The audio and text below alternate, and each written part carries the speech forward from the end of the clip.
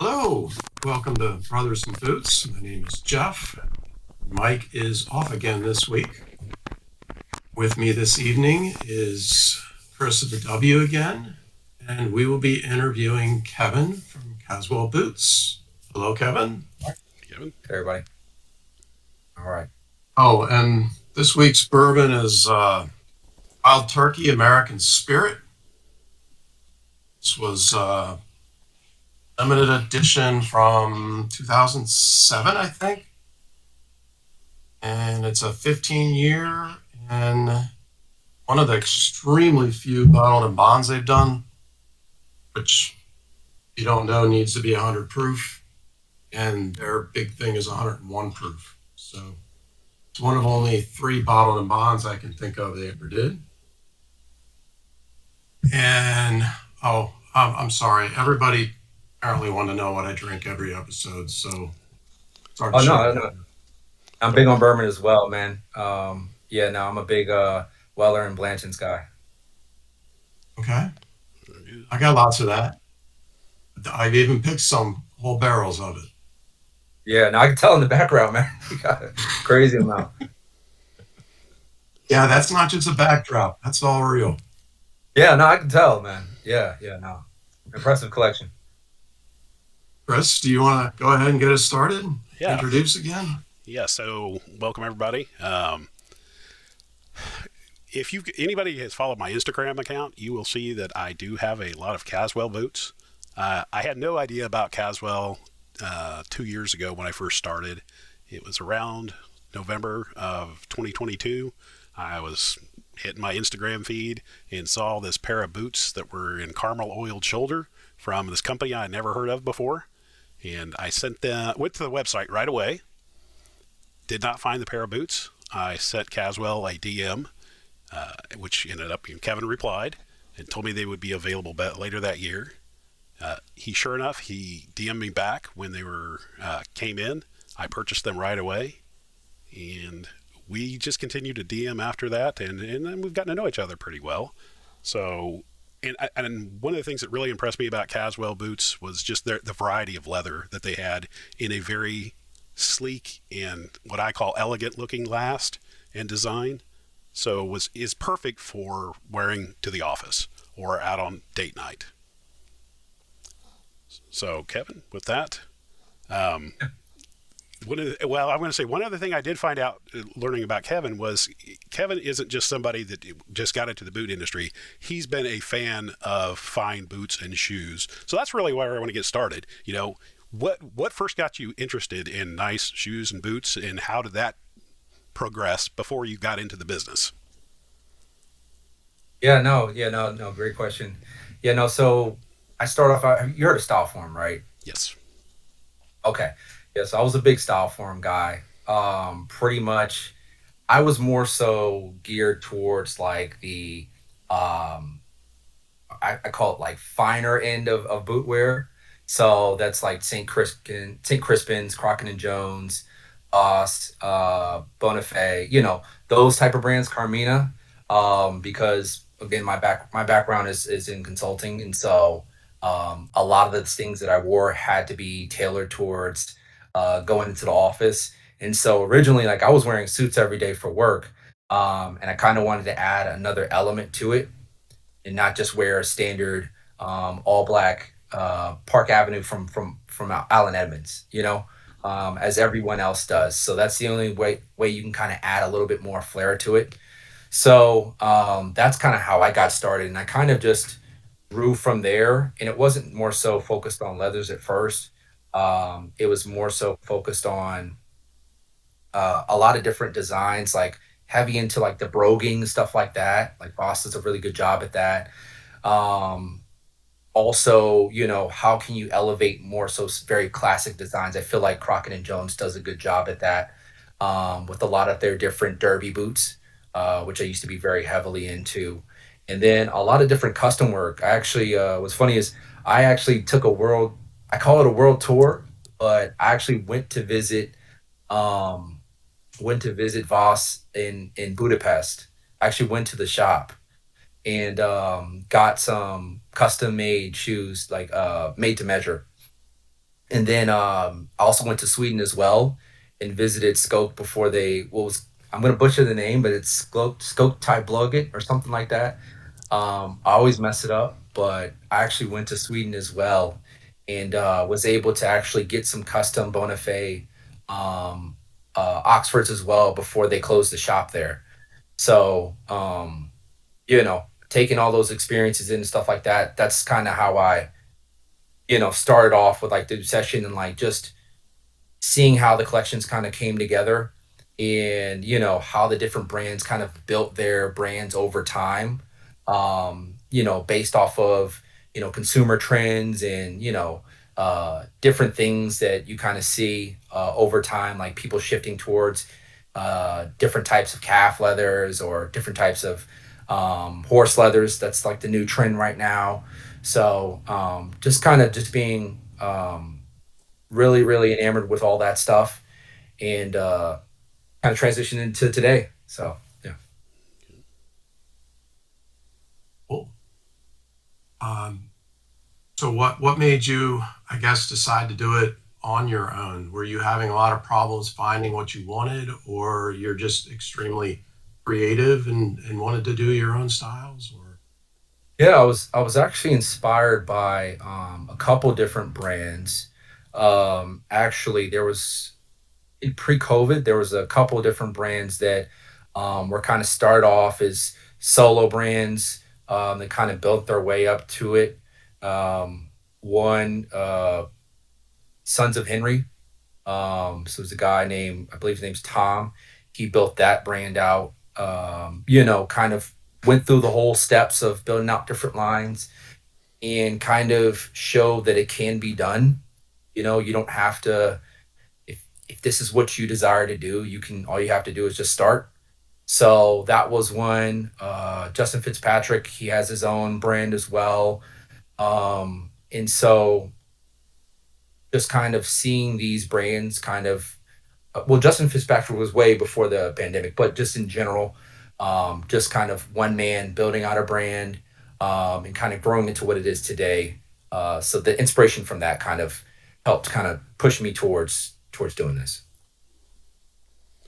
Now, when you first got great. started, you were, I think, pretty ambitious in what you wanted to do because you did take training in pattern design and last design, and I think I Yeah, read one of your things that was talking that you were what really had initially wanted to even make some boots yourself.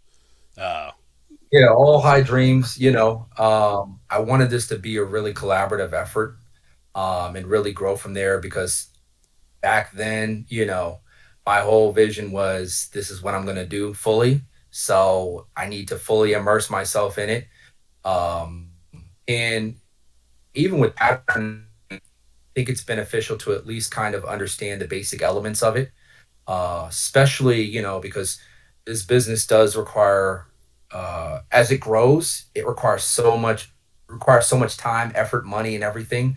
And so a lot of the ways you can kind of save a lot of dollars is kind of having a fundamental understanding of everything from patterning to how do different leathers feel, how do different leathers work with different lasts. Is this leather going to work with this specific style? All of that stuff comes with time, but at least having those basic elements, um, it helps you save a lot of money later on down the line. And I didn't start off that way. I made a whole bunch of mistakes. Had to redo a whole bunch of things, and every a lot of things were trial and error. But um, all of those lessons kind of help get you in a little bit better state. Further on down the line. So What are you always about the same thickness with your hides? no, I Or switch it up quite a bit, man. So generally, you'll see a lot of what I run is going to be 4 to 5 ounces, kind of that standard boot leather thickness and weights. Sometimes I will like take for example like a lot of my work boot kind of leathers, like the Wicket that I run. I always stick with 5 to 6 ounces on a certain type of feel to to the boot when it has that thickness and weight to it. That I feel like when a person has it, they can feel it. Just speaks to the tannery. Like when I think of Wicked and Craig, I don't think of like a thinner, basic calf leather. I think of something that's hardy, durable, has a thickness to, has a weight to it. That that's just me. I just that's just kind of how I view it. But I also run a lot of the goat leather that I run is really really thin too. Kangaroo as well, but kangaroo stronger. For goat, I use book binding leather sometimes. I just line it really, really thick. You can run a couple decent boots out of it, but you have to line it really, really thick. So, So circling back around to, as you got started, what were some good sources of information that you learned from? yeah. Yeah, no, I think some good sources. I mean, so much information out there, man, from Reddit. Ask Andy about clothes. This is just from a kind of understanding what people like perspective. Because there's a wealth of different information. There's a lot of people who know way more stuff than I do. So, I don't pretend to know it all. I just, you know, read and read as much as I can and try to, critique or make small changes. But ask Andy about clothes, Reddit, style forums, really good. Also, stitch down a lot of his articles as well, and a whole bunch of YouTube videos of people doing different things or testing out different leathers and seeing how that leather wears over time. I think that's also a critical element as well. Just seeing like how a leather wears 1 to 2 years in, also plays a part into whether that's something I want to bring into the line or bring into a new collection and stuff like that. So Underdome helps speed that up too. it does, and also Patina Project. So the Patina Project app is really really cool, and just seeing boots that have been worn over 10 years, just a long long time, and seeing how that leather really grows its character. I think it's helpful because and also it also helps you understand what's worth its value, because leather overall is it's gotten pretty expensive. So you wanna wanna invest in something that's gonna hold up. So Absolutely. You have a ton of leathers available right now. yeah. Is how much of that is by choice, or are some of it being faded out, or is that like stuff that's you're planning on keeping always, or So one thing, Yeah, no. let me qualify something here right now. So let me show this on Caswell's website. There are a couple different lines. There's the ready to wear line, and then there's a hand welted MTO line. And so what we're explicitly talking about is the leather that's available for that hand welted made to order Okay. line. What Jeff was talking about, and there's about 30 leathers right now that make up that. Um, I'm sorry, I no, always no, go no. straight to MPO. Yeah, It's so we can talk Yeah, about no. both because there's still the ready to wear a decent selection. There's a much more diverse selection on the MTO Yeah. line. Yeah, I can cover both. Yeah, now for ready to wear, a lot of those leathers are most of them are kind of single runs, because I like to keep things fresh, especially like a smaller brand. um, Oftentimes, you're not going to have the advertising budgets of a lot of the bigger brands, stuff like that. So the way to keep people interested and keep things, kind of at the forefront is to introduce new styles. It also brings in, a scarcity element of it, because a lot of times, a lot of these leathers aren't run again. So either by my choice or by the tannery's choice, like take for example the caramel old shoulder. Stead doesn't run that really anymore. I mean, you can kind of get a couple skins, but I mean, couple shoulders, but it's not really readily available. So I that kind is of very good take at that one and element out of done. it. Sorry, you said what? I said Stead is really good at one and done Yeah, for they once in a are, blue but they moon.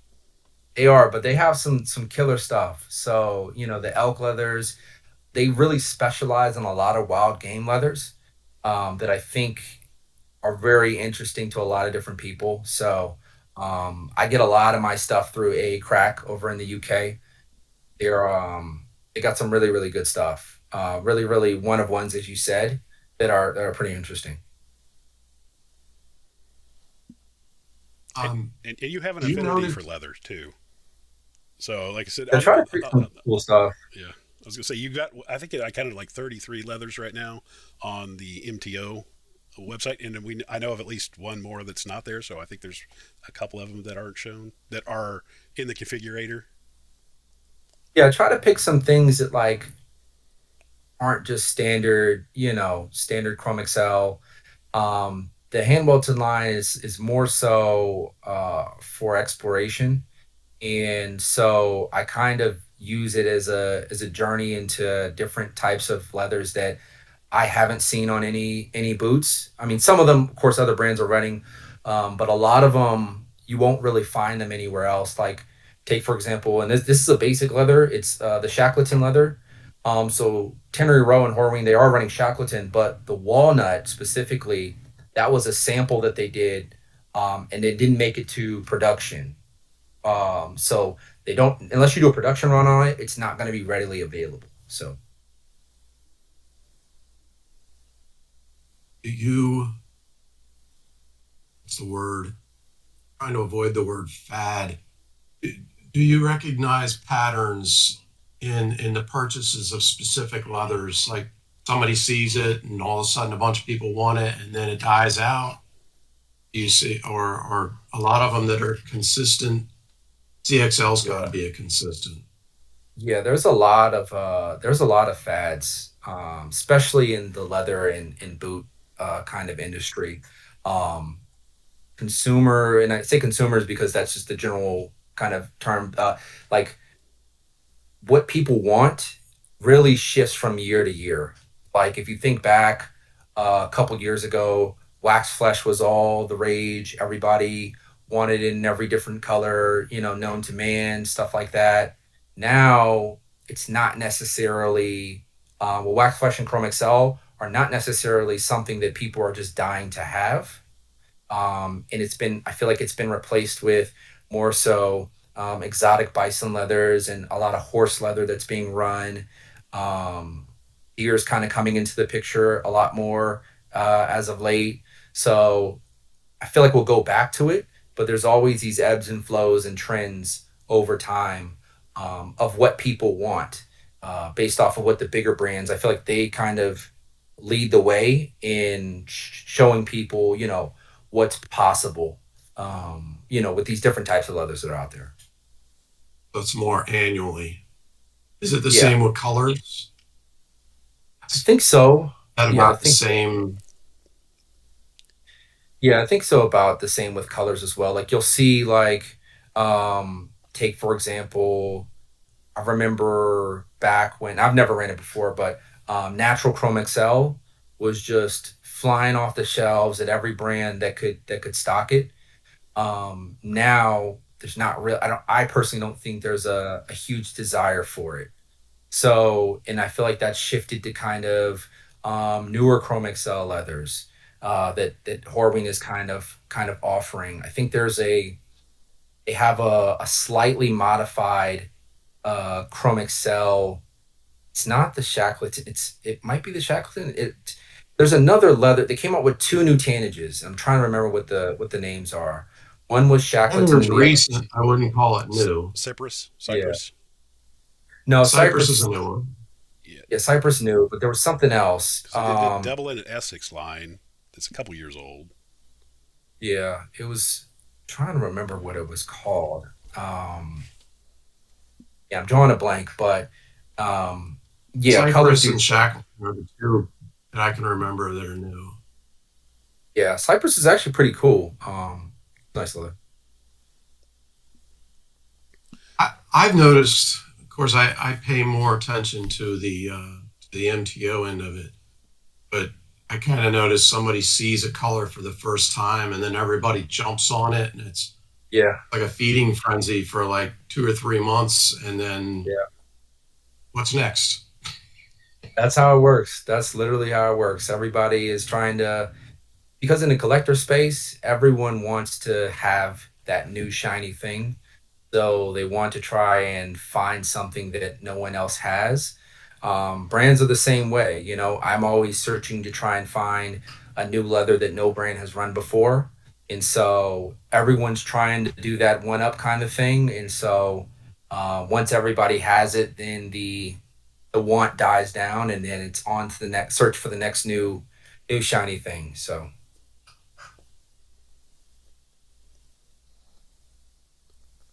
So let's talk a little bit about when you started Caswell. So you made the decision, yeah. hey, I'm going to jump into this industry. You know, how did you get started, and how did that go? Because I think you Yeah, started yeah. in 2019, but weren't actually. I know you sold some product before then, but it wasn't really till what, middle to end of 2022 when you really hit the market. Yeah, yeah. No, it was yeah, after the restart with the US factory, after that went south. So we Um haven't talked about that on this recording yet. So maybe you. oh, okay. Yeah, yeah. No, I started off in the States. I was working out of a factory that was doing some private label work, and that was going well until it didn't. So, long story short with that, things just didn't work out.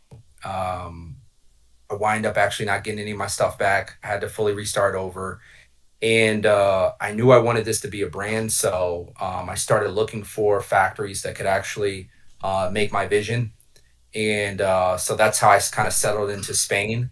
A lot of different brands produce out of Spain. Specifically, if essentially if it's not Carmina or TLB um, or any of the kind of the big names, it's all essentially going to be made out of a handful of factories in Almansa in Spain. So or Portugal as well. But pretty much, they were able to hit on a couple different points that I was looking for. The visioning for the patterning, so they were able to take that on and really bring what I have on paper to an actual physical product and do it really well with very very good finishing. I was able to send in. I was able to have a decent amount of autonomy too. Like they're still big factories, so there's certain limitations there as well. But you can mix and match and send in things and really make things different, which I kind of like as well. And then, back then when pricing was a little bit more reasonable, the pricing element too, which was also good. Although I prefer make manufacturing in the United States because you don't have to pay customs and duties and all the shipping costs that kind of come with it that like people don't really see. So there's that element too. But overall, they produce a really good product. You're able to really, really open up your imagination as to what you want from a design perspective.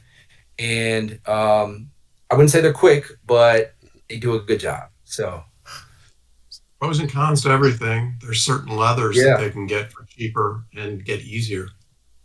So they actually stopped that. Yeah, a lot of big factories actually before COVID, what happened was a lot of these factories and tanneries, they had a really good partnership to where you could get rates that a lot of the bigger brands will have. Like take for example, like Chrome Excel. I go through Tannery Row. Generally I'm paying what 260 a hide, and I can make three solid boots out of that. So you break that cost down, you see how much the leather costs, right? Um, but if you're a bigger brand, you may go through Horween directly, and you may get it at like $3, $4 a square foot, and it's all volume, right? So it's not. I'm not saying it from the perspective of they're scoring people over, but I'm saying it from the perspective of if you have the volume, the rates are much much better. And so what the factories are able to do is get those volume discounts from the tanneries, but now they don't stock the leather anymore. So everything is you have to do production runs for all the leather or send it in yourself. So there's added shipping costs for that, added taxes and duties for that, and then also I wanted to do a production run through the factory. Take for example Stead. Like I tried to rerun the caramel oiled shoulder. My minimum was 1,000 square feet. So 1,000 square feet, that puts you at, let me just do the numbers on that. It's like For four. as I'm out Say about 450 pairs of boots. I think is what maybe. roughly roughly 190. Okay, You're gonna 190. have some breakage there. Yeah, roughly 190 pairs. I'm not running 190 pairs on a single style. So I'll be honest with you. I'm not doing that. So um, yeah, that's kind of how the world kind of works now. So everything is made to order all the way down to the leather. And so it's kind of impacted a lot of smaller brands in what they can run and when they run it. Guess that's an area where a distributor can come in nicely so that they can kind of take that risk and keep some inventory. But that also drives up Yeah, costs too, right? Because you And have if the I don't know. middleman costs. yeah, inventory is a risk though as well. Like for all ends of the industry, for the tanneries that have to stock the leather, if it doesn't move and they have to sell it, is it eating into their margins so much to where they're not making enough money to, bring out new lines or make it viable for them to run it again? So it all has a domino effect all the way down the line. Just think, it wasn't too many years ago that they actually had to keep inventory because they didn't have a Right. choice. Yeah, right, right. People spending habits have changed too, with brands, people, pretty much everything. So, it just stopped making sense for them to stock the leather anymore, which is unfortunate, but I get it. So, it's nothing you can really do. I don't see it going back to where what it was before either. So, Can you? Anytime soon. And what makes that more even worse is that it's usually the smaller guys that want to use it, yet they're the ones that can't get it. The bigger guys yeah, aren't going to experiment as much. They're going to try to stay more straight and less risky. right. Yeah, they don't, yeah, risk is in this industry, risk is one of the biggest things that can either um, help a brand grow and scale or completely sink a brand like really really bad. Like if you have a couple different product runs that just don't do well, that can really be, it can really impact future lines, future seasons, all of that stuff.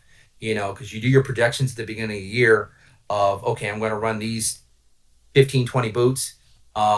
Here's my costing, here's what I need to make on it in order to be able to have these several new products, stuff like that, marketing, advertising, all that stuff. When that doesn't happen all the way down the line, it's a domino effect for a lot of different brands. That forecasting is no joke. It is Yeah. hard trying to forecast ahead of time. And there's always things that there's always the random expenses, man. That just knock you over the head. So One of the things that I used to buy as a buyer was sporting goods, sporting equipment, like yeah. for fans, not for playing.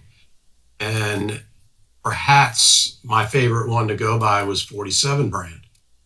Always been my favorite. And I had a choice with them. I was like, well, you can, if you want to get what you want, you've got to plan it out and decide what you're going to get like Yeah. 6 months ahead of time so that you can Yeah. get it all from that Chinese factory. And you got to have these Yeah. high margins for buying it. Yeah. The good part was I could pick every aspect. I could pick what was on the front and what was on the back and what the colors were and Okay. how many colors. But when you got to do 6 months out, your sport is also only about 6 months at a time. So All right. you're really, and your forecasting is about a year out. So this Yeah. stuff ends up being like a year and a half in the process, and you're really playing with a crystal Yeah. ball. Seasonality, man. Like there's been years where like people don't understand like sampling alone can take anywhere from 3 weeks to 5 months. Like, it just depends on if everything is clicking how it should be. sampling should take no more than 5 weeks, and then production should take no more than 4 months. But life never works out that way. So oftentimes, I've had cases where samplings take 4 months, and then production is takes 6, 7 months. It's just, it sounds crazy, but that's how these factories kind of work, especially if you're on the lower end of their if you're on the lower end of their accounts. Because take for example, like the factory that I work with out of Spain, they're producing for some of the bigger brands like Ralph Lauren and stuff like that. They're, a single purchase order from them would be almost quadruple of my entire purchase orders for the year.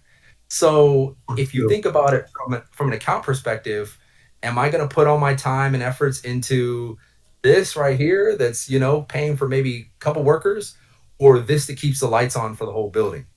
So there's also that aspect too. How much of a factor do you think that stretching it out and lasting it is? Because when it changes the character of the leather after it's lasted. Do you find yourself trying to think about that quite a bit? And do you have a way of Yeah. getting, an idea of what it's going to look like best when it's stretched if it's a new Yeah, leather? I actually I use a last, and I used to get the little swatches, and those aren't good enough to tell how a leather is actually going to look on a boot. So I'll buy either I'll ask for like a bigger swatch, for lack of better terms, and once I stretch it over the last, that can give me a general idea of how it's gonna look. It's not gonna be perfect, but I can than eyeball a lot better than just using a swatch, holding it up, and saying, "Oh, okay, this is how it's gonna look." And if you give me 2 seconds, I can actually show you an example of a color eight cypress swatch and a color eight cypress boot. I can just Oh, grab cool. the swatch real quick so you can see the difference Cool. here. Yeah, Sorry, absolutely. just give me one. Yeah, one thing while you're grabbing that, I wanted to also ask, as the next topic, uh, what kind of autonomy do you have at the factory? Because I think we've all seen some things online that talk about some of the smaller brands like yours that they're just getting something that the factory has made. You're basically picking something out of a catalog, and that's not the case. So Yeah, no, I get into that in 1 second. Let me just yeah, find this swatch real quick yep, for you absolutely. guys. I have the cypress. Yeah, 1 second. You just bear with me for a minute, and I'll find it and grab it because I think it's pretty cool to show the difference. What while you're looking at that, what leather has probably been the biggest surprise in a positive way from the time you got the first hide, you kind of stretched it, and then you actually got the boot in hand. I think what was it? The what was it? I'm trying to think. It was actually the the horse from Gallon Leather, because if you see the hides, um It's you see the shrunken. butts, they look, you can kind of envision what the boot is going to look like, but when you actually see it on a boot, it's really, really drastically different. I think it's more, there's a lot more character to it, which I like. So, sorry I'm taking so long. I'm trying to find this swatch real quick for you guys, because I think it's pretty cool. So, sorry, just bear with me for Shrunken one more always minute. takes on a different personality. And then the other is how much oils are in the leather. That true, and also, um, when they've when and how they've done the tannage as well, because you'll notice there's leather variation, specific, like take for example like Whiskey Predator, right? Whiskey Predator pre-COVID might look completely different from Whiskey Predator of today. Mm-hmm. So, it may have more orange hues in it, may have more deeper muted tones. It really depends on the year as well. Like they may change their formulas, how they do it. So it really varies, which I've It's noticed as definitely well. always variation. Would you have like uh, a who who who varies the most versus who varies the least in their batches for colors? I think, and I found it. Sorry about that. And I actually have all the new Horween swatches as well. So, but yeah, no variation. The most I would say, I would probably say the most variation. Um, it's funny because I think Horween probably has the best consistency and the most variation at the same time, which is weird to say, but for certain types of leathers, I can get a very wild, varying experience. And for certain leathers, like they're spot on. Like every time I run it, it's consistent. But for certain leathers, and I think it just may come down to uh, the base leather that they may be using because different leathers take tannages differently. And so there's leather's a natural product byproduct, right? And so I think that also plays into it as well. So some lines have more and less variation, or to be some colors have more and less I think it's some variation. colors. I think it's some colors mainly. Are gonna have a lot more variation depending on what it is. Because like if you look at and I bring up the example of the whiskey predator. If you look at the whiskey predator that I run and compare it to the whiskey predator that you'd see at like a Nick's, I'm not sure if White's run it. They look completely drastically different from a lot of the other whiskey predators out there. So there's a large spectrum of it. But I found this swatch, and this is color eight Cypress right here. And it may look the same, but this is color eight Cypress as well. So I just wanted to show the two, and they look pretty similar Mm-hmm. in the photo, but in natural light they look slightly different. But just wanted About to the kind vamp. of show the two. How about in the vamp? I'm sorry. How about in the vamp? You were showing us the upper Yeah, in the vamp you can quarter. see a lot more of the texture here. Cypress, I guess is how they add and blend in the oils. Cypress is gonna. Sorry, my light's so poor. Cypress is gonna have a lot more character where the leather is able to kind of show itself, specifically like in the vamp and stuff like that. So Do you have any leathers where you touch it up on your own as a T core, for example, where you no, add? I used to do finishing. Like when I first started, I would finish every boot. But the boots come pretty finished, and like back when I was moving like 20 boots at a time, I could do that. But now, like as you get into the hundreds, stuff like that, now it's more so a quality check. I use my finishing brush here. I just give it a good brushing, and that's really it, to be honest with you. If I see something that's off, like if I see like in shipping it kind of got rubbed up against like the box or the boot bag a little bit too much, I'll then do another refinishing. But for efficiency, I don't do any other additional finishing to it outside of a good brushing and then spot checking if there's some things that need to be corrected. Yeah. What type of construction is your hand well? Is that like is that a flat well, storm Yeah. well? So there's a We Yeah, so mainly there's like a couple different construction methods. Generally, you use a flat welt that's going to either have a single row stitch or a double row stitch. Also use a Velton and Schuen construction, which is essentially like a stitch down with a welt as well. And that can also be done in a single or double row, depending on what your preferences are. And then a storm welt, which is also going to have a single row stitch as well. So I try to keep it very, very straightforward because oftentimes what I've found is like even with custom, that's been a learning experience as well. If you give people too many options, it's like option paralysis, and it just overburdens people. So I keep it to those four base constructions because I feel like those look the best. Like take for example, like Norwegian stitch, right?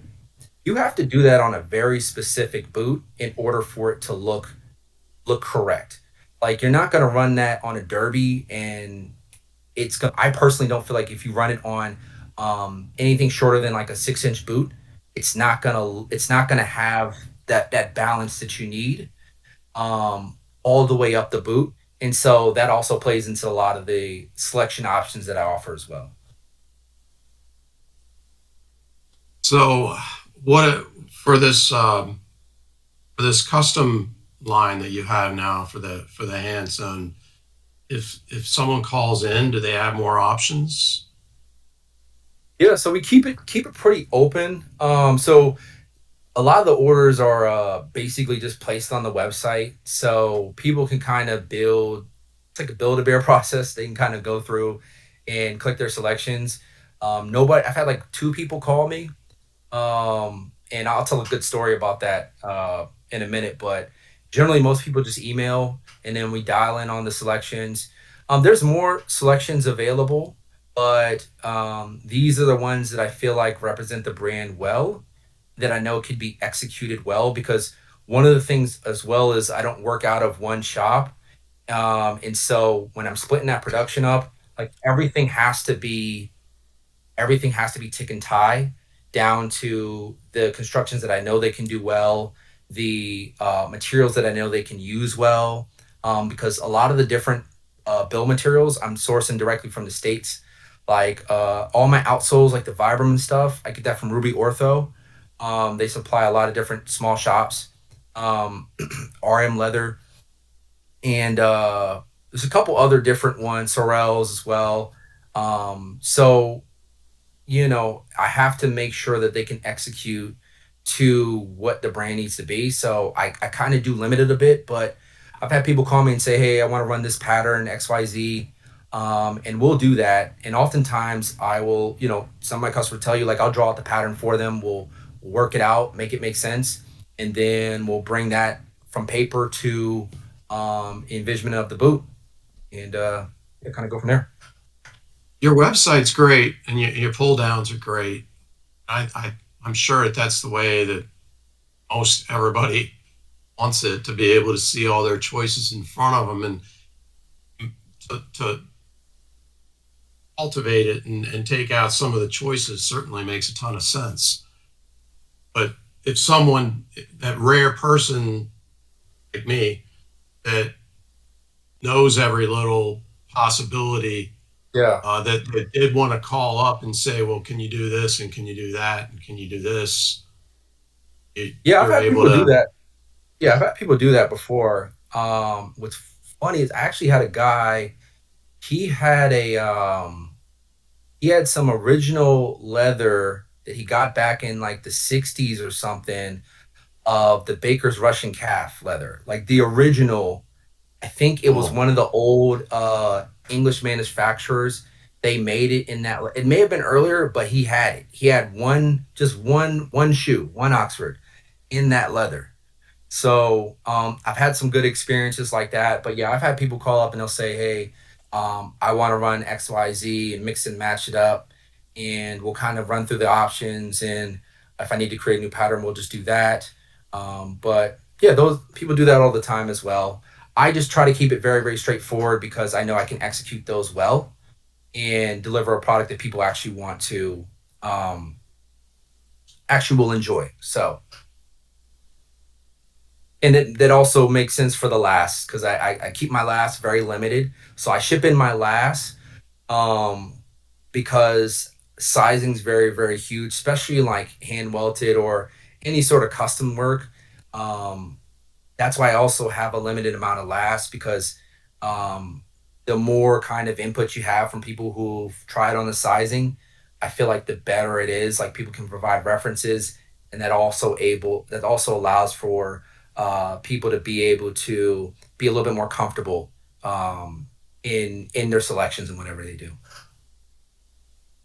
Was the baker's your story, or did you have a second story? No, You that want to was the tell? story. Yeah, sorry, but that wasn't. Okay. Yeah, that was the story. Yeah, it's. I think. Do I got a picture of it? I think I got a picture of it. Let me see if I can pull it up. Um, Actually, pretty cool. One second. Sorry, just let me see if I can find it. Let me see. Voice, voice. Okay, let's see if I can find this thing. Can you Uh, multitask? Or Sorry. Yep, right here. Here you go. Okay. oh, nice. Very cool. Yeah, yeah. So I thought that Very was pretty patina. cool. Yeah, yeah. So it's pretty patina. He only had one. So yeah. Your lasts go up to 2E, double E. What? Uh, yes, yes. So yeah, and then yeah, generally go up to double E. I've had some people who've won in triple E. Generally, what we do is we Over have leather. last runs from 7 to 14 EE across both lasts, and then both lasts can kind of fit every different type of foot, pretty much. Going to be adding in the Munson last as well in the near future, so that will bring us up to three. That's for the hand welted line, correct? So I will add in some Munson lasted made in the States boots as well. So you'll have that as well. So if you did have a customer that had a wider foot, you could tack on leather onto a last to make it wider for them. Yeah, so they'll either do so generally if I have to make a new last, so I do shipments once every 30 to 40 days because I have to do restocks on leather. So generally I'll just get some new lasts made in a wider size and just do it that way. Sometimes they may do some feathering for the last to provide a little bit more space in the toe box. But generally, I'll just get a new last made in a wider width. And I've had to do that a handful of times. That's pretty straightforward to do.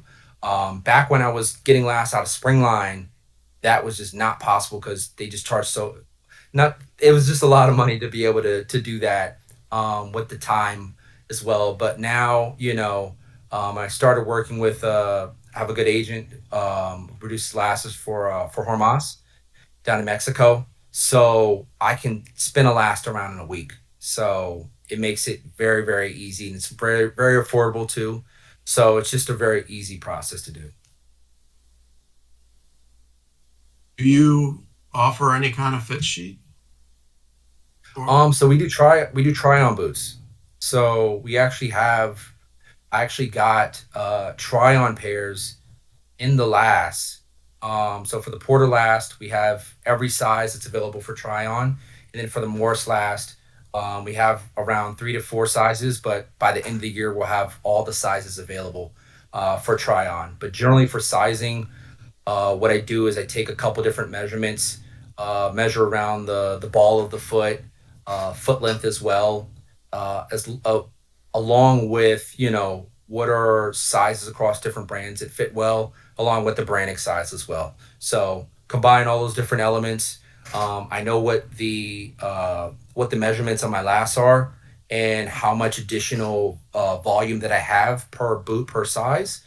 And it varies based off of leather too. Like some leathers may fit a little differently because of the thickness and weight. But pretty much I can ballpark it pretty well. And I think I have I want to say I have like a 95% success rate for fitting, um, which is, I feel like, I'm pretty proud of that for that line. So, So, what led you to do the hand Chris, welted getting line? quiet. Yeah, no. Well, we kind of started exploring the hand welted line. So let's, what led you to do the hand yeah, welted no, line versus, what you're doing the ready to wear out of Spain? yeah, no, yeah. What's funny is that was one of the criticisms of the brand. Um, you know, it was more so, and I always allow myself grace to grow. And so there was just a want and necessity for more variation and more customization. So I just figured, hey, let's try and figure this out. I need to make the pricing reasonable. How can I make it work?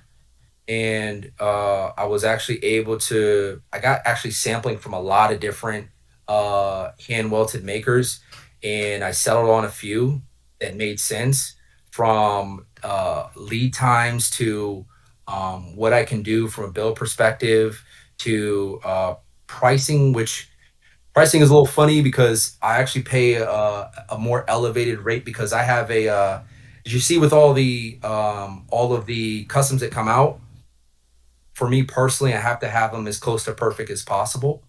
So, granted, I do pay a little bit more for that, but it results in really, really beautiful boots that I think people really like. Like the clicking is done really, really clean.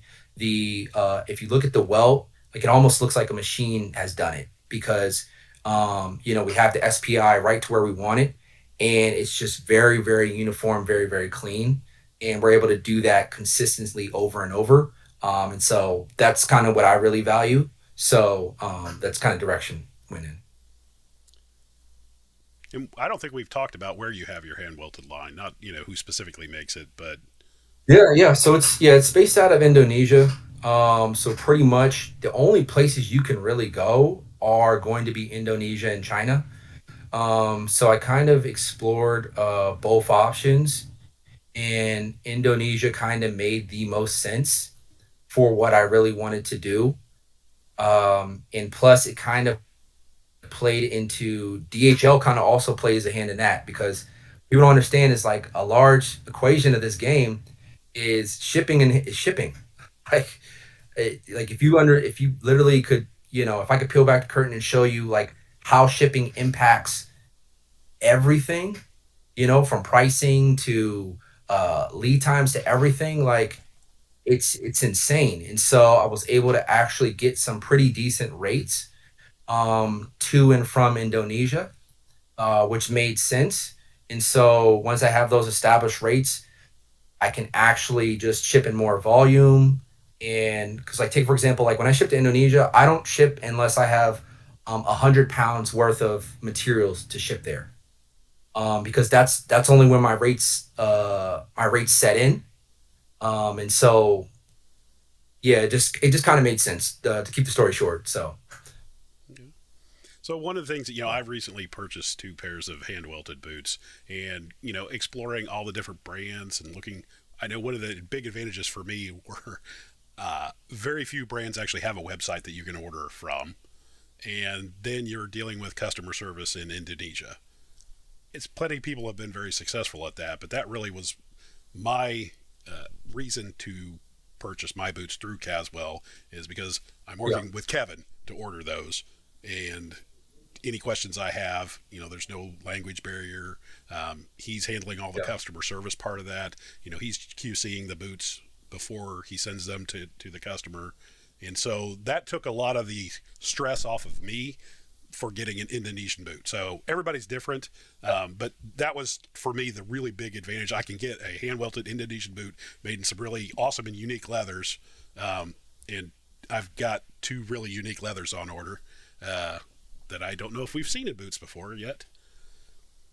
yeah. No, they haven't been. And so that was the big advantage for me.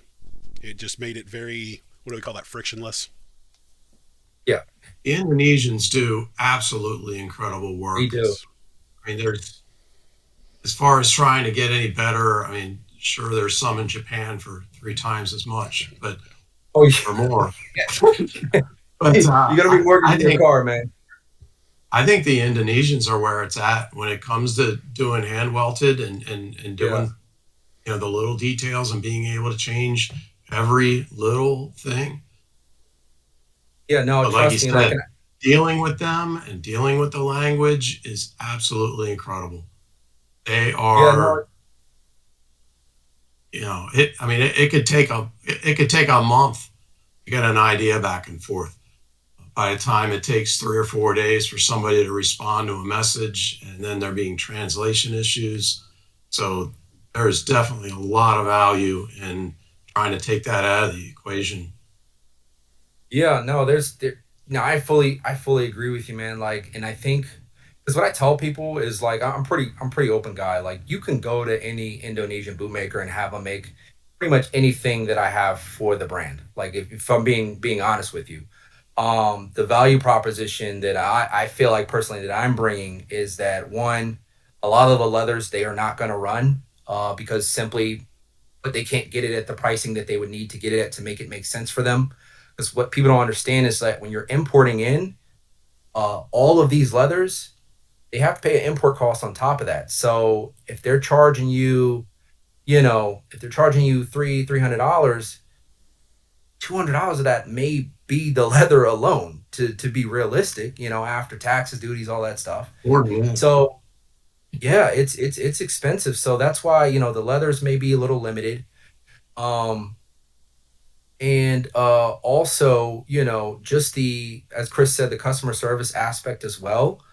And the design aspect as well. A lot of the designs I like to feel like that I've built them to be, because I consider myself a designer.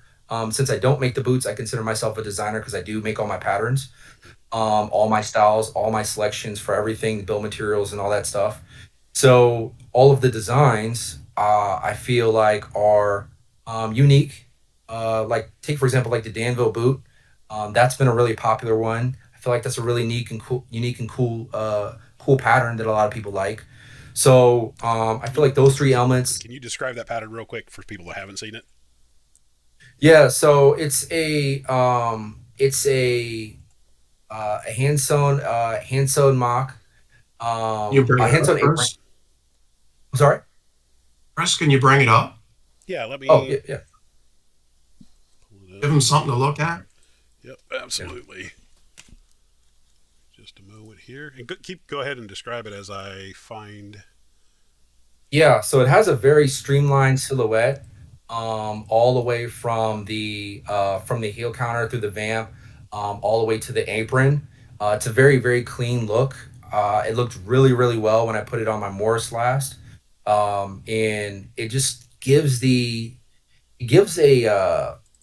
I'm very big into looking at old patterns from like the 20s, 30s, all the way through, and how the more dressier elements of it kind of played into the patterning. Like it's really really cool to look at like a lot of the boots and patterns that you see today. Those are essentially remakes of what has been run from the early 1900s with army marching boots all the way through all of the different eras of dance and Renaissance and all that stuff. And a lot of those key elements are still here today because they look nice. They're timeless. So taking those aspects of it and putting a very very simple clean pattern, simple clean stitch lines, I think really resulted in a very very nice balanced boot. Definitely true. A lot of the designs are definitely based off of a lot of 20s and the 30s and the 40s. Yeah, have you seen the old Sears catalogs? Yeah, and that's where a lot of them get it. And some of them are using like old Chippewa catalog. Yeah, Patterns. yep, Yeah, literally verbatim. Like if you see a really interesting style, you're like, damn, how did they come up with that? Literally, just go on Pinterest, look up vintage designs, and I guarantee you, within 10 minutes, you will find it. Sears catalog is a treasure trove. That's for sure. Oh, it is. Trust me. I use it too for mood boarding, for influence and all that stuff. And I've ran a pattern straight out of it too. The Boondocker pattern. I mean, you can only run it, but so many different ways. But there's some really classic patterns that I think really, really are timeless. That a lot of different brands have done really, really well and just added their little special touches to it. So, Do you have any plans of doing an arched boot? yeah. So High the arch. months, yeah, the Munson last it has a decent amount of arch in it. This is more than what I've typically run because I generally like to go for a normal to medium instep. And just that's basically from a sales perspective. You'll get a lot less returns with if you go middle of the road. and I've always just applied that through the brand, just through all the lines and the lasting and stuff like that. But the Munson would be the first kind of arched boot that I do. But I also uh, also with that, there are brands that do it very well. And I also am of the thought that I don't have to do necessarily, if I do something really, really well, like with, if I narrow down what I do and I just do it really, really well, I prefer to do that than um, do an arch boot with a last that, it may take me a little while to kind of get that boot right to what people would It's like it to definitely be. So dangerous. it is It's because if it definitely, doesn't fit definitely well, dangerous. yeah, if it doesn't fit well, a lot of people will say they want a boot with high arch support until they actually put on a boot with high arch support and you wear it for a couple hours and you realize your foot is not built for a boot with high arch support. So, there's also that piece, It's dangerous for a lot of reasons. You have to get that arch in the right place, right? and Yeah. somebody can't get a pair of shoes that are too big for them anymore. When you're buying normal pair of shoes, you could Yeah. go all the way up to two sizes too big, as long as you're not tripping over your feet. And some people like me have been buying boots too big for me my whole life just to get the width that I need. Yeah. And if you have an arch in there, you can't do that anymore. So Yeah, it's that is definitely a lot true. harder. Changes the fit too. And especially like a lot of those high arch support boots, they are run on really over constructed boots as well, like 5 to 7 ounce leathers. So if you mix that up with a high arch and the boot is already, built to go to war, it's going to be really, really difficult to kind of there's not a lot of margin for error in the fit with that. Totally. Yeah. Oh. So on the let's kind of circle back around. So on the hand welted line, you have pretty much almost full autonomy with ever your makers are capable of. So kind of if you could talk to what the limitations are, because you said you have a lot of autonomy too with Spain. Yeah. So what are some of the limitations that you have with like a Spain or a Portugal? Right. I That you think the limitations, yeah, I think the limitations are it's twofold, right? They're a lot of the factories, they're huge factories, and end of the day, they're only worried about making sure that their production line and supply chain is airtight. So if you're bringing in something that's out of the norm, that's going to be difficult to work with, that's going to be, a pain or result in them having to redo a boot or redo something and cost them money, they're going to be less inclined to do it for smaller customers. They may do it for the big customers, but like for the smaller customers where, you know, even though I give them a decent amount of money, it's really not that much in retrospect of what they're making on a yearly basis for the factory as a whole, especially if they're producing over like 500,000 boots a year.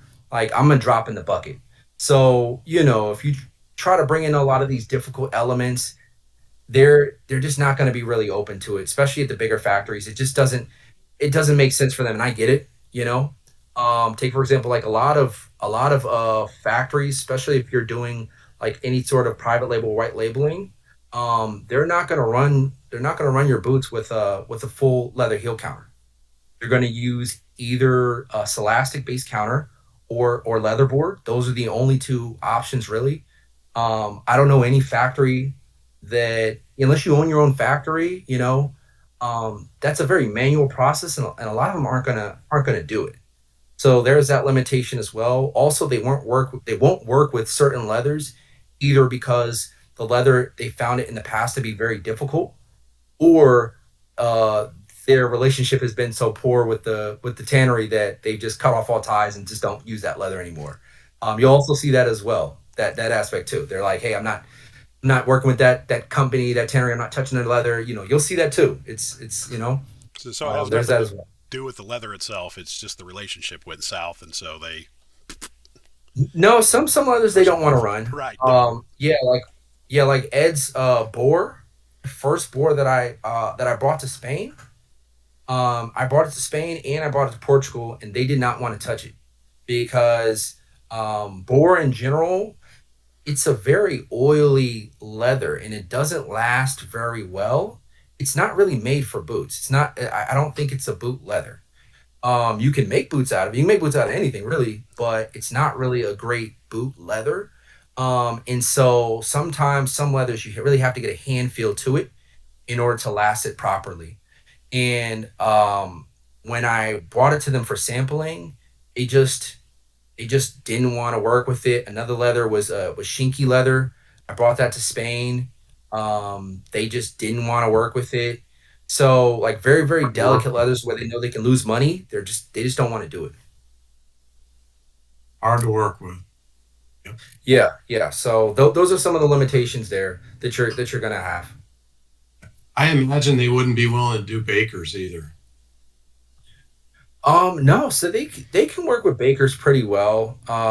I've given them some bakers in the past, and they can do bakers. It's just the cost element of it, which is why I've shied away from doing it in ready to wear because a lot of the costs, like take for example, I think I run bakers for like in the hand multi line for like eight something.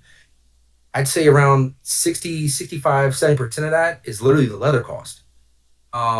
It's just a very expensive leather. That's just really what it is. So there's also that element to it. But they'll run bakers, they'll run Horween shell. So they're open to I that. guess being a factory, they're not wet lasting. That stuff kind of Correct. stinks when it's wet lasted. Correct. They're very they're all about efficiency. So their last everything down to the lasting process, bottoming, all of that. If it is not efficient, they're just not gonna do it. It just doesn't make sense, and it results in them having to pay workers more money to build the boots, and then they get behind on the lead times. It's a domino effect. So So in your boots from Spain, how much of that product is you versus them? yeah. So the generally the out unless it's like a Vibram. So the Vibram Landra and the day and night soles, they have that in factory. So I run the Landra a lot. Generally, I only get a small discount break if I run my own personal sole. And outsoles, by and large, no matter what you're buying, after shipping, taxes, and all that duties, are going to cost you like $30 a pair, sometimes even more. Like I told you before, Chris, how I lost money on the. I did a pre-order run on. Um, it was Merriam leather, and I used Doctor Soul outsoles imported in from Taiwan. That thing, it was crazy how much of a failure that was for me. But That was the horse butt, wasn't it? yeah, right. It was the horse butt. Yeah, they were. Um, long story short, they don't work with horse butt leather a lot because a lot of the larger factories they're going to work with standard local leathers or simple veg tan leathers. So they didn't properly adjust the tolerances on their lasting machine, and so it was tearing the leather apart. And it got to a point to where I was like, I almost want to just give people their money back because I'm like, I can't, like the margins were already so thin that just little mistakes just automatically just put me in the red. The soles I got from sorry, there's a little fly. The soles I got from Taiwan here, soles I got from Taiwan. I got the Dr. Soul outsoles, and they were I think they cost me roughly around like $80 per outsole after shipping because outsoles are heavy. They're very heavy. So they only cost $30, right? If you go on Dr. Soul's website, they only cost $30. But to ship those heavy outsoles from Taiwan to Spain, it cost I think it ran me at least about close to $1,000 to ship all those outsoles. After taxes, duties, and everything. Yeah, it was a decent amount of money. Yeah. Import tax too. Import tax is based off of cost, insurance, and freight. So you're paying a percentage of that. So take for example, let's say I buy a product that cost $2, cost me $2 to ship. and I'm sorry, $2 for shipping. I'm sorry, $2 for the product, and $8 for the insurance and the freight. You're paying a percentage on the $10, not the $2 for the product. You're paying a percentage on the shipping cost as well. So that also plays into it. Kind of like what eBay Uh, does. Yeah, yeah. eBay is oh pretty yeah, they close got a too. lot of fees. Nope. Yeah, Uh, do people have a lot of preferences with the outsoles? Are you they do. how? I mean, is it usually like 80% is this or They do. I mean, for ready to wear, I mean the wants really change. Like people, there was a while that everybody just wanted Ridgeway.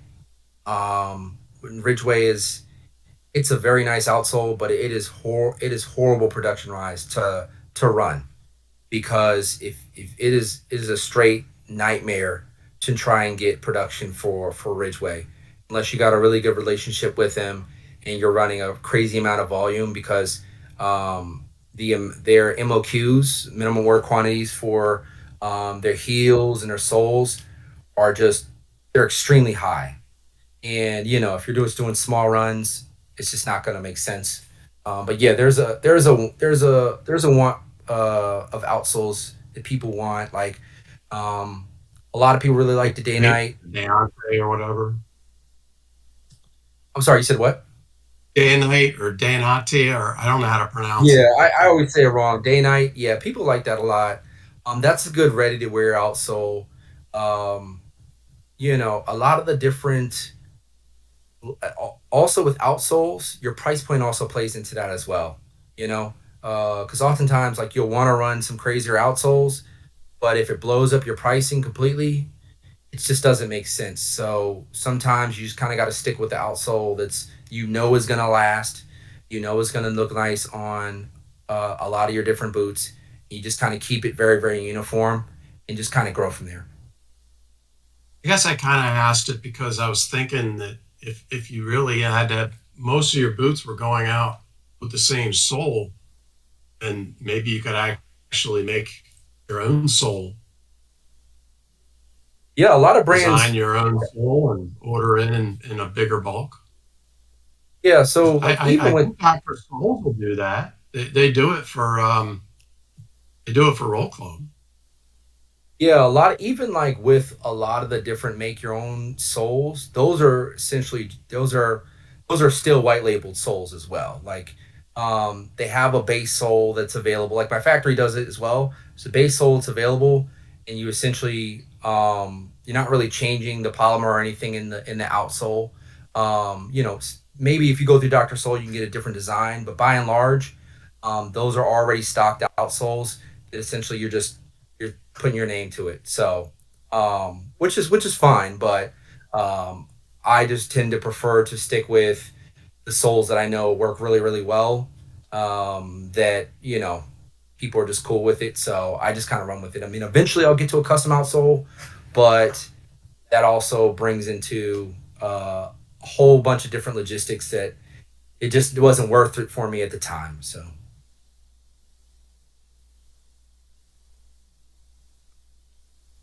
I don't think I had any other questions. Yeah, we got. Other than, did I observe here in Washington, D.C.? Yeah, I'm in DC. I'm in DC. Let's see. Suburbs or downtown? Or you said what? Suburbs or downtown? I'm in DC proper, so I'm right in the middle of DC. Yeah, yeah. So I've been here for a while. We'll be here for a while. So yeah, yeah. I'm outside Rockville. I hate downtown. Oh, really? Okay, okay. Outside Rockville. Okay, that's still relatively close. So Yeah, he can make the trip in if he Take the wants to. metro in for a hockey game or something, and other than yeah, that, or the Smithsonian. yeah, yeah. No, yeah. What's funny? I actually, when I do pop ups, I do a one of my good friends. They actually are bourbon collectors. So I do a pop up with a bourbon element to it. So they have a whole bunch of different like vintage bourbons and stuff like that. So Yeah, it's a really cool thing. I try to mix. I think bourbon matches very well with boots. So yeah. Can you say who that is? Yeah. So they have like a channel. It's called Three Bourbon Amigos. They just post different bourbons that they have. Talk about the. I'm not the best at describing bourbons, but they just talk about the different elements of it, stuff like that. So I know a lot of the collectors and stuff, so I was just curious if I would recognize a name. Yeah, that, I don't hang around and they're a newer. They're just newer guys. They're just having fun with it. And it's called. I think it's called like Three Bourbon Amigos on Instagram, and it's a couple cool different little whole bunch of different bourbons that they've collected over the years. no. Say on the one last pop up that Kevin did with them. Obviously, I didn't go because that's a 9 hour drive for me. That's a lot, yeah. But what they had were four different, pretty accessible bourbons. So they weren't, Yeah. your bottom of the bay, your bottom shelf bourbons. They were a little higher tier, but they were all accessible that pretty much anybody could go to a liquor store and buy. So it looked like a pretty good selection of, I think it was like four or five different bourbons. Yeah, I picked those, so it's Okay. probably that's on me because I No, they picked were them because good choices. yeah, they it's give me nice some to keep options it on like real. Yes. yeah, yeah. I want to keep it realistic, something that people Nothing I can. have is in that category, unless I pick the barrel of it. Which Yeah, which And which still Russell's Reserve is pretty over the counter and available, but I've got probably 20 different picks. All of them I did myself. So I guess the picks aren't that common, but the label is. yeah, yeah. There's a lot of different options out there. Some really good bourbons. I'm not the best at it, but I've tried a couple decent ones that are pretty good. So If you do really like blends, I'm not a fan of the regular stuff anymore. It's kind of gone downhill a little. But there is a place in England that okay. will actually mail it here. And you could order the gold and the straight from the barrel, order like four of them to make the shipping worth it. Oh, okay. I didn't Maybe know I that. should have said that after the call was over. Yeah. Yeah. Yeah. No, yeah, no. I'll grab that information. Yeah, I think my friends would definitely love to hear that as well. So What else you got, Chris? Well, we had some topics, but I think we've kind of generally covered them. Unless there's, so I'm just going to kind of go down through these and see if there's anything else we want to talk about. So one of them was boot design inspiration. Where do you get your inspiration? I know we talked a little bit about that, going through yeah. Pinterest, looking at some old styles. Is there anything else you want to add to that? No, I think we covered it pretty well. I pretty much do what all the other brands do as far as uh, boot design stuff like that, and trial and error and sampling and all that stuff. So pretty straightforward. Okay. The next two topics I'm going to combine were, as you've gotten started, some your personal challenges, and then also what you see as industry challenges as a whole. Yeah, no, I think we touched on a couple of this like personal challenges. I think oftentimes I've tried to bite off a bit too much, and also just I said it before, like allowing yourself grace to grow. Like don't just there's always this sense of I have to grow now. I have to do any and everything now. Um, Take your time, do it right, and it just will pay off longer in the long run for both you and both your customers as well. I feel like there's no set formula for this. It's just do what you feel is right. Make sure you do it right the first time around, and just really try to bring a lot of creative elements to it. Like I don't really do this for the money. I mean, boots takes a while to actually turn into a full venture that makes sense, and so really my goal is to build the brand and build really what people like and want to wear, because again I started off as a collector, so I do take some parts of that thinking into it and try to run fun stuff that people just haven't seen out there. So As long as it's not too crazy, like a navy boot that Yeah, that's yeah. It's Colors are yeah. very challenging when you get outside of your browns, tans, blacks, um, They, and then they aqua are. ox blood. So yeah, I give Kevin a hard time about it, but I completely understand. It doesn't make sense to run something that Chris and one other person is going to buy. Yeah, that's the thing. Like, I'll get a lot of requests of people, asking me to run a purple boot or run something, and it may only be one or two customers who want that, Yeah, same. and it may suck, but you also have to look at it from the perspective of a single product run. Just to be frank, will cost you thousands of dollars to do. So I look at it as an investment. Are you going to invest thousands of dollars in something that you have no idea it's going to sell? Or are you going to invest thousands of dollars in something that you know you can move in the next two to 3 months? It's really that's really the process behind how brands make decisions for a lot of the different products that they run. So that's why you'll see like some brands kind of stick with specific tanneries. They have set lasts, and they basically just run that in different variations because it makes sense from a business perspective. Yep, 100%. Yeah. So like, you know what? That kind of plays into the next. I'm going to combine these topics too, and we'll start out. Okay. So what things through this experience that you've had so far Yeah. haven't worked, and then conversely, what has worked really well? Yeah. No, a lot of things that haven't worked. I have a lot of them. Just yeah. Just I came into this thing with literally just no little to no knowledge. If you would have had a conversation with me back in 2019, I would have honestly embarrassed myself. And I think everybody everybody starts off that way. You start off somewhere, and then through time and through growth, you kind of get the hang of it. And I'm still learning, but the me then to now, completely different. I have more appreciation for the brands that have lasted over the years, and because I know what goes on behind the scenes and what they need to do to make all that stuff happen. Like, take for example, like, and I'm really cool with Wyatt over at Grant Stone. How he's been able to grow the brand, just through the years. That takes a lot of everything. Like, it's not just he has a design and puts it out. Like, everything from the supply chain to the customer service to the leather production, all of that stuff just takes time and effort. And it's a process, and it doesn't happen over a matter of months. It takes years to get to that. So that's kind of what I, think of when I think of what your question was. Just just all the mistakes that I've made from again shipping to running the wrong leathers to not paying more not paying more emphasis on lasting, because lasting is it's the most critical element in this business. If you do not have a last that fits a majority amount of people, your products will not sell. It's really straightforward.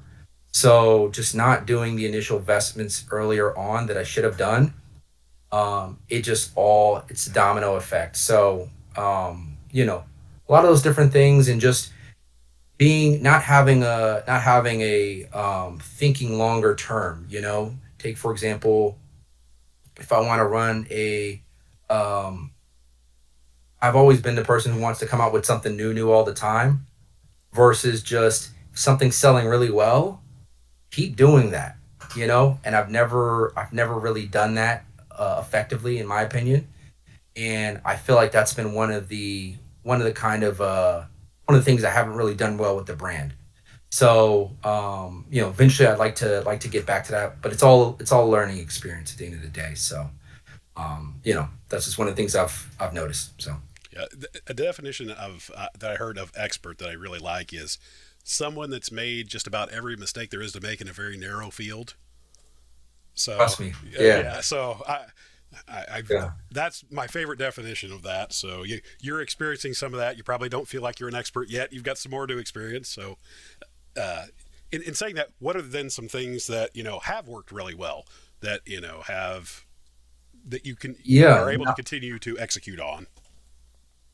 Yeah, two things, and I'll just keep two things I'll kind of highlight is the hand welted line. I didn't know how that was going to turn out because, again, as I've stated before, you can go to any Indo maker and have them make pretty much anything. But the sheer success of the line, when I first started it, I was selling maybe one boot a month. And then it kind of like this year really took off to where it was getting to the point to where I couldn't run it out of one shop. I had to split it up, and it's really got to the point to where like there's a backlog of orders, because I'm just proud that I've put out things that people actually like. At a relatively, it's not cheap, but it is the value to cost proposition is pretty good. I feel like with the leathers that are being run and the constructions that are being offered. So that's one thing that I'm kind of proud of. And then the second piece is just being able to take all of the lessons that I've learned from just conversations with other brands and really, really, dial in the kind of essence of the brand. Because when I first started, it was just basic service boots and jumper boots. It didn't really, we ran some cool leathers, but it wasn't really um, anything to really speak about. Now I feel like the brand has some of the best leather selections offered anywhere. Um, and everyone may there are varying opinions, right? But I do feel like I spent a considerable amount of time and effort to bring people stuff that they haven't seen before, of any brand. So And one thing I do want to mention along those lines, if you go to the Caswell website, Kevin does have a section under the MTO leather of examples of several of those MTO boots that have come back. yeah. So you can see examples of those. So um, thank you for that. So are there any industry trends other than, we got to have the newest, coolest leather uh, for our customers that you've noticed? Or, I mean, we talked a little bit about that it's not, there's consumer trends in what they are interested in, but are there anything on the industry side that you see or? Generally, how it works is that once one or two brands see that something is selling really, really well and customers are really, really positively perceiving it, all the other brands will gravitate towards it. Like Ed's Leather, take for example, you didn't really see a lot of it. Um, yeah, you didn't really see a lot of it a year or two ago. Now, Viberg, Truman, Oak Street, B, uh, Grant Stone. It's kind of taking its own shape and form, which is great. Because Ed has some really really good stuff. But it kind of works that way on the industry side, and then on the consumer side, it's more so, what you're starting to see is a lot of want to go back to. I personally feel like older, more classic designs and patterns. There's a lot of emphasis on old war patterns, as you see with a lot of the N1 boots that a lot of brands are running. Those do very, very successful because it just has a certain heritage and kind of historical element to it that a lot of people really gravitate towards. Um, so I feel like that's kind of how it is, on both ends. Bill Boots and Munson. Right, right. Munson Last is making a comeback. A lot of people are liking boots in that last, and it's a very what's the word when a last Timeless. uh timeless but anatomical. Oh, Yeah, yes. what is it? Yeah, it's a very anatomical last. Yeah, yeah. So A Munson last is the whole conversation. We it talk is. about It it as is. if there's only one, but there was like four different versions of it that evolved. And Right. and if you try to sit here and name every last that's based on a Munson, you're in the hundreds, at Yeah, least. You know? So I yeah. mean, most people don't realize. I mean, most of what we sell is based on a Munson.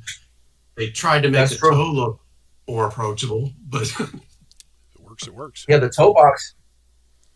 Yeah, as you see, And like now people are going for that odd look, like on yeah, see that purpose.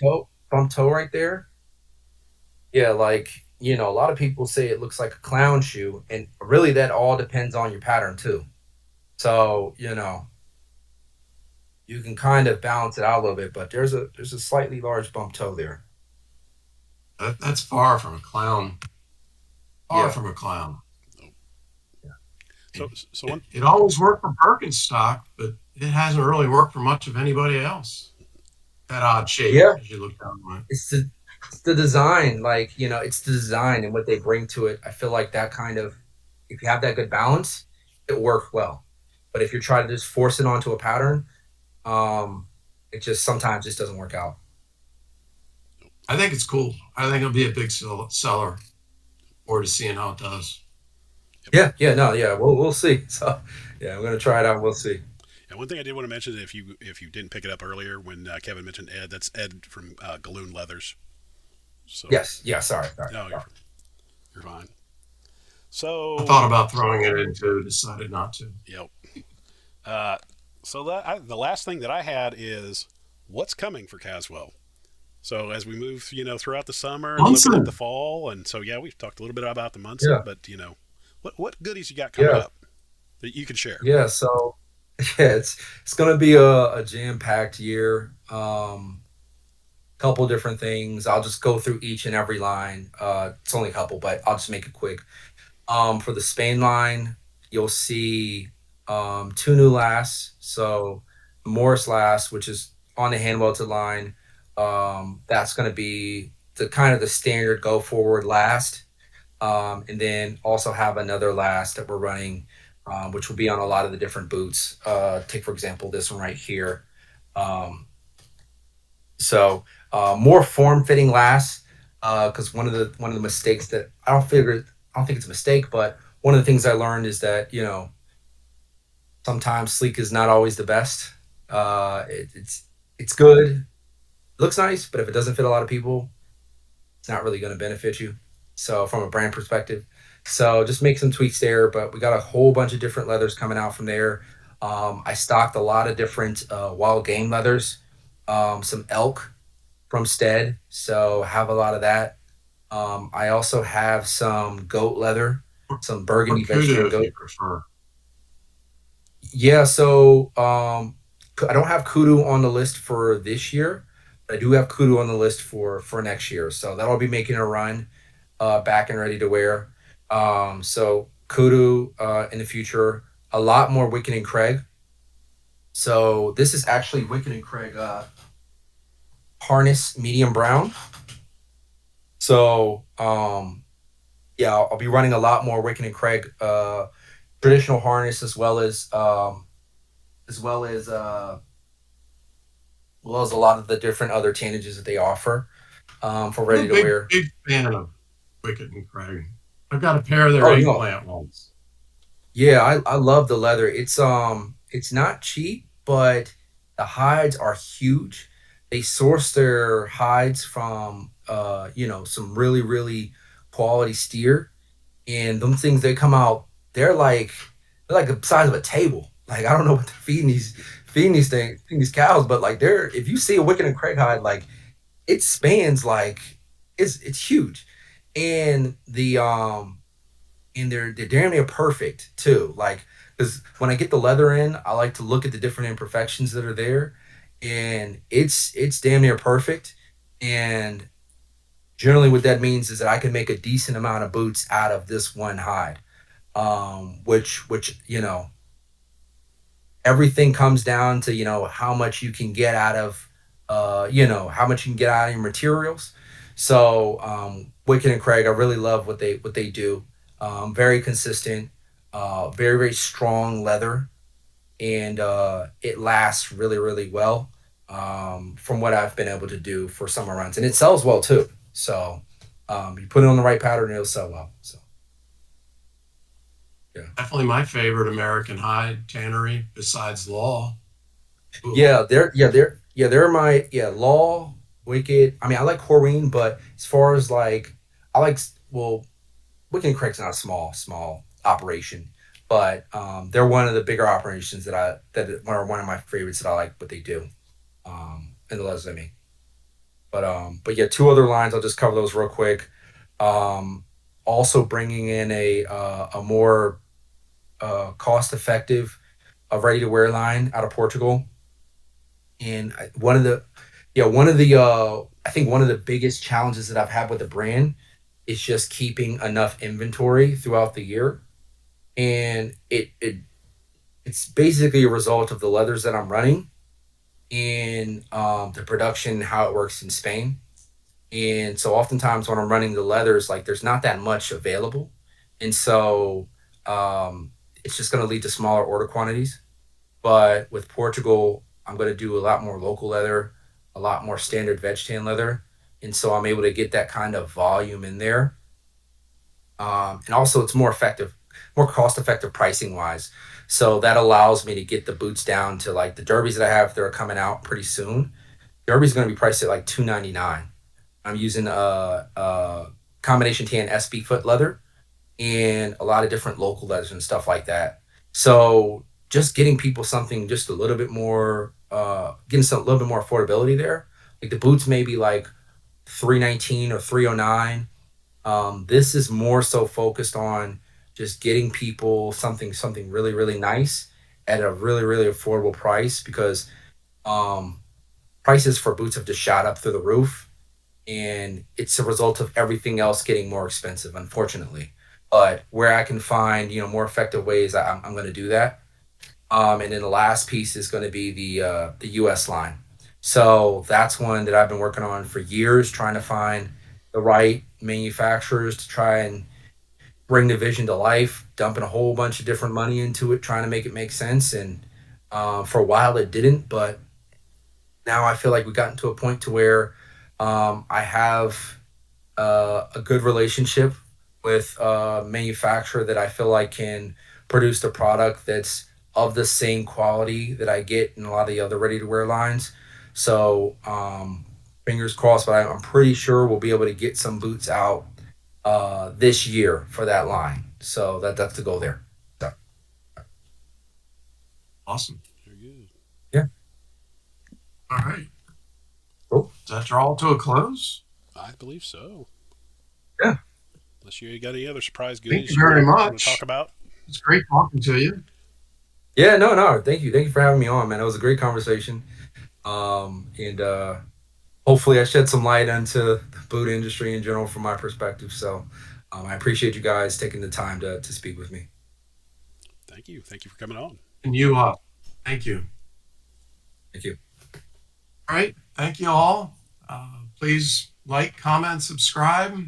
Any questions that you have? I'm always looking at the comments. I saw Chris was looking at a lot of them on the last episode he was on.